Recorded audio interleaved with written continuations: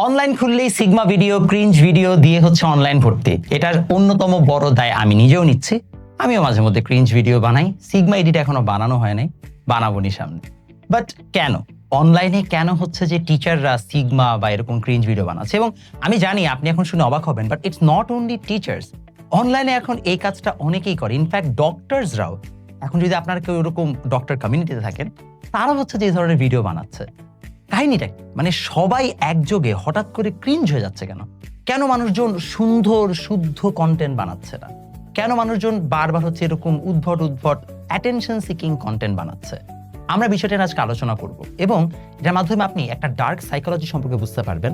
আপনি বুঝতে পারবেন অ্যাজ আ স্টুডেন্ট আসলে আপনার কোন জিনিসটা করা উচিত, এবং যদি আপনি কোনো নতুন টিচারও হয়ে থাকেন তাহলে আপনি এটা থেকেও আইডিয়া পাবেন যে আসলে আপনি কিভাবে কি করলে অনলাইনে একটু ফেমাস হতে পারবেন। প্রথমে আমরা একটা খুব সহজ আইডিয়া আপনাকে ব্যাখ্যা করি। বর্তমানে আপনারা জানেন যে আসলে এই পৃথিবীতে অনেকগুলো কারেন্সি আছে, তাই না? তো যেমন হচ্ছে যে টাকা একটা কারেন্সি, সো কারেন্সি হচ্ছে যে ইম্পর্টেন্ট। ঠিক একইভাবে কারেন্সি কি? কারেন্সি মানে হচ্ছে যার মাধ্যমে আপনি কিছু একটা অর্জন করতে পারেন। যেমন আপনার হাতে টাকা আছে, টাকা একটা কারেন্সি, কাউকে টাকা দিলে সে আপনাকে এটা বিনিময়ে গুডস বা সার্ভিসেস দিবে। ঠিক একইভাবে অ্যাটেনশন এখন একটা কারেন্সি। আপনি কত বেশি মানুষের অ্যাটেনশন হোল্ড করতে পারেন, এটা একটা বড় ধরনের digital currency at this day and age. মানে মনে করেন আমাকে অনেক মানুষ ফলো করে, আমি একটা কথা বললে অনেক মানুষ দেখে যে আপনি আমার ভিডিও দেখছেন, এটা কিন্তু একটা বড় ধরনের অ্যাটেনশন কারেন্সি। কারণ আমি আপনার জীবন থেকে সময় কনজিউম করে নিচ্ছি। ব্যাপারটা বুঝছেন? আমার ভিডিওতে ধরে নিলাম 10,000 ভিউ হয়, বা আমার এই ভিডিওটা ইন টোটাল 20 ঘন্টা দেখা হইলো।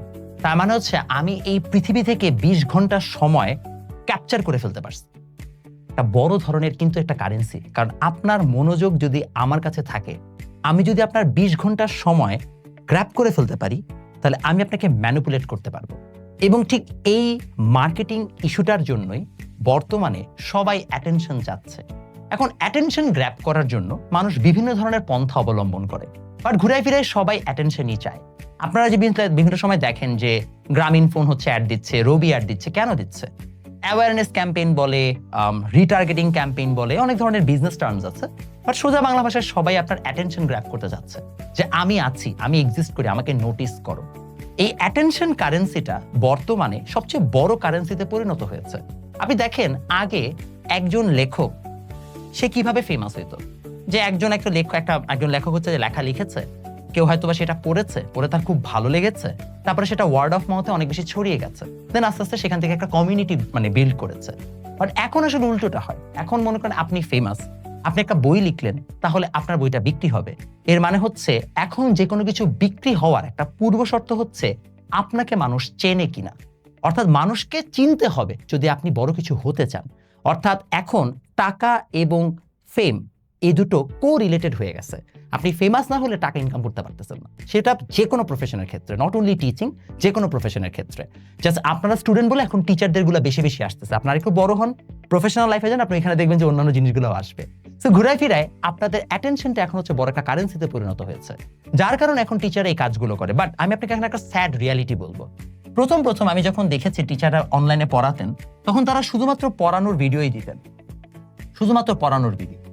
এবং তখন আসলে আমরা তো জানি অনলাইন এডুকেশনের রাইজটা হয়েছে করোনার সময়। তো করোনার সময় বিভিন্ন মানুষদের বা স্টুডেন্টদের স্ক্রিন টাইম ছিল অ্যারাউন্ড মনে করেন তখন 10 ঘন্টা প্লাস। যখন 10 ঘন্টা প্লাস আপনি অনলাইনে বসে আছেন এবং আপনি সারাদিন আপনার কোনো টেনশন নাই, আপনি শিখতে চাচ্ছেন, তখন না আসলে আপনাকে পড়ানো অনেক সহজ ছিল, কারণ অনলাইনে কিছু একটা দিলেই আপনি মুহূর্তের মধ্যে সেটা দেখছিলেন। কিন্তু এখন সমস্যা হয়ে গেছে, আপনাদের সবার স্ক্রিন টাইম কমে গেছে। অর্থাৎ আপনারা এখন চিন্তা করে দেখেন, হয়তো আপনারা অনলাইনে 10 ঘন্টা থাকতে পারেন, কারণ আপনাদের স্কুল থাকে, কোচিং থাকে, এত কিছু করার পর আপনি অনলাইনে হয়তোবা এখন অ্যাভারেজে আপনি 2 থেকে 3 ঘন্টা সময় থাকছেন। তার উপর দিয়ে এখন কম্পিটিশনও বেড়ে গেছে। এর মানে হচ্ছে 2-3 ঘন্টা সময়ের মধ্যে আপনাকে আমার নিজের প্রেজেন্সটা বুঝাইতে হবে যে আমি কিন্তু এক্সিস্ট করি। এখন এটার ক্ষেত্রে দুইটা স্ট্র্যাটেজি আছে। একটা স্ট্র্যাটেজি যেটা এখন আমি ফলো করছি, সেটা হচ্ছে পোস্ট আ লট।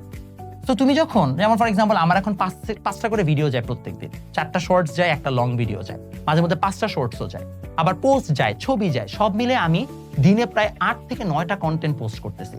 8 থেকে 9টা কন্টেন্ট পোস্ট করলে you are bound to see my content, কারণ আমি 5টা প্ল্যাটফর্মে 8টা কন্টেন্ট পোস্ট করলে 40টা কন্টেন্ট যাচ্ছে আপনি 40টা কন্টেন্টের মধ্যে মিস আউট করবেন, এটা হওয়ার চান্সেস অনেক কম।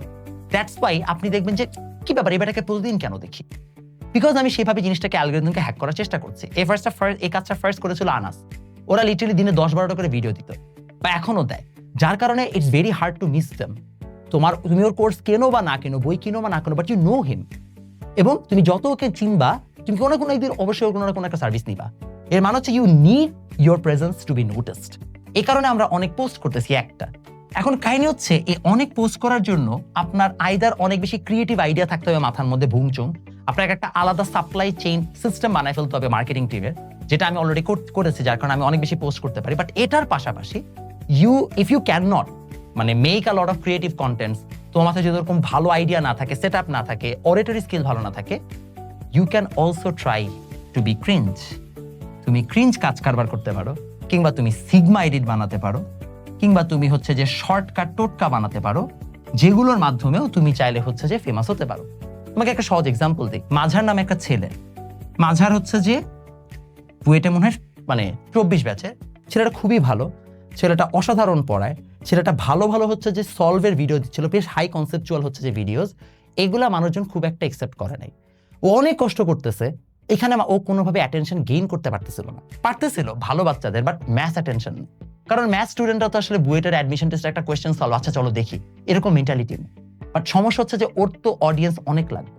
তখন কি করলো, আস্তে একটা সিগমা এই ভিডিও, একটা ইন্ডিয়াতে এটা ফার্স্ট ট্রেন্ড শুরু হয়েছে, তারপরে ও হচ্ছে একটা সিগমা ভিডিও বানাইলো, বাস ওইটা হচ্ছে ভাইরাল, ধুমধাম ভাইরাল, সবাই এখন এই সিগমা ভিডিও, এবং ওটার মাধ্যমে যে পরিমাণ ফেম পাইছে, ও ভালো পড়ায় তার এত বেশি ফেম পায় নাই।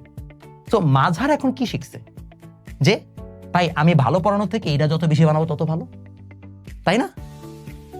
আমাকে এখন বলো, বা আমিও মনে করো ক্রিঞ্জ ভিডিওস দেই, সবাই দেয়, এই যে অভিধা হচ্ছে যে সিগমা ভিডিও দিচ্ছে, এটা নিয়ে আবার অনেক সুশীলদের মন্তব্য, কেন শিক্ষকরা হচ্ছে যে এরকম কাজ কারবার করছে।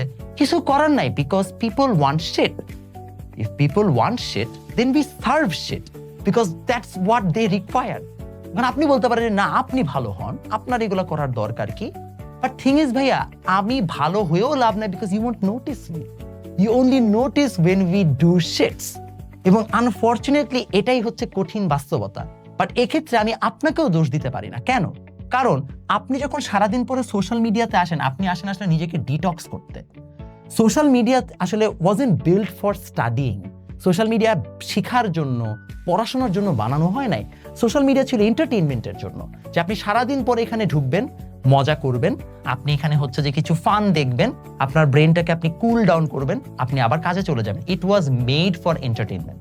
বাট পরে সোশ্যাল মিডিয়া হয়ে গেছে একটা বিজনেস প্ল্যাটফর্ম, যেখানে প্রত্যেকে এখন ব্যবসা করছে।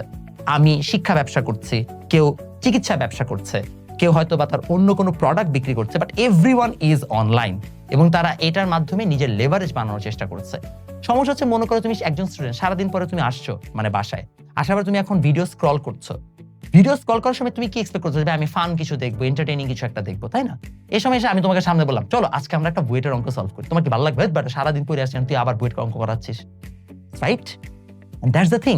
ওই সময় ভিডিওটা আসলে তুমি স্কিপ করে ফেলো, স্ক্রল আপ করে ফেলো। অ্যালগরিদম বুঝে যে এই ভিডিওটা বেশিরভাগ মানুষ দেখতে যাচ্ছে না, বাট তুমি কোন ভিডিওটা দেখবা? যদি আমার বলে ফালাও কলম, তুমি ওই ভিডিওটা দেখবা। কেন? বিকজ এই ভিডিওটা ইজ ফান। এই ভিডিওটা কিছু শিখাবে না, তোমার ব্রেনের উপর প্রেশার দিবে না, তোমার ব্রেনকে ডিটক্স করতে সাহায্য করবে। And that's what happens social মিডিয়াতে। আমি এখন তোমাকে যে পড়াইতে চাচ্ছি এটাই অ্যাবনর্মাল। তোমার সোশ্যাল মিডিয়াতে আসার উদ্দেশ্যই ছিল হচ্ছে আনন্দ করা। সো এই জিনিসগুলো তো আনন্দ দেয় মানুষ, সো মানুষজন এই জন্য এই জিনিসগুলাই হচ্ছে বেশি বেশি নেয়। সো আমি এই জিনিসটা তোমাকে বারবার বলবো, যে আসলে তুমি যখন বারবার এটা দাবি করো যে কেন টিচাররা হচ্ছে যে এরকম ক্রিঞ্জ ভিডিও বানায়, সিগমা ভিডিও বানায়, বা কেন আস্তে আস্তে মানুষজন এরকম হয়ে যাচ্ছে, ইটস বিকজ এটা ছাড়া অ্যাটেনশন পাওয়া যাচ্ছে না। সামনে আপনারা দেখবেন টিচাররা আরো এরকম ক্রিঞ্জ কাজ কারবার করবে, এবং if a teacher is smart, তাহলে সে এখানে মিক্স আপ করবে। যেমন ক্রিঞ্জ ভিডিও বানাবে, আবার এর মাঝখানে হচ্ছে প্রমোশনাল ভিডিও বানাবে, এর মাঝখানে ভালো কিছু শেখাবে, একটা মিক্স পার্সোনালিটি দিবে, যেন এইটা হয় তার অ্যাটেনশন গ্র্যাবিং, তার ভ্যালু ভিডিওটা হয় যে অ্যাকচুয়ালি তার যে ভালো পড়ায় সেটা সম্পর্কে জানানো, আর প্রমোশনাল হবে তারপরে ফাইনালি এটা সেল করা। এই জিনিসটা আস্তে আস্তে দেখবেন সবাই করা শুরু করতেছে।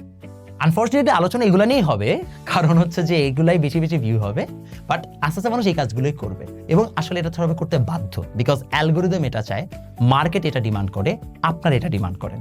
সো নেক্সট টাইম আপনারা বলেন যে কেন সবাই হচ্ছে যে আমরা ক্রিঞ্জ হয়ে যাচ্ছি, because cringe is the new game. আল্লাহ হাফেজ।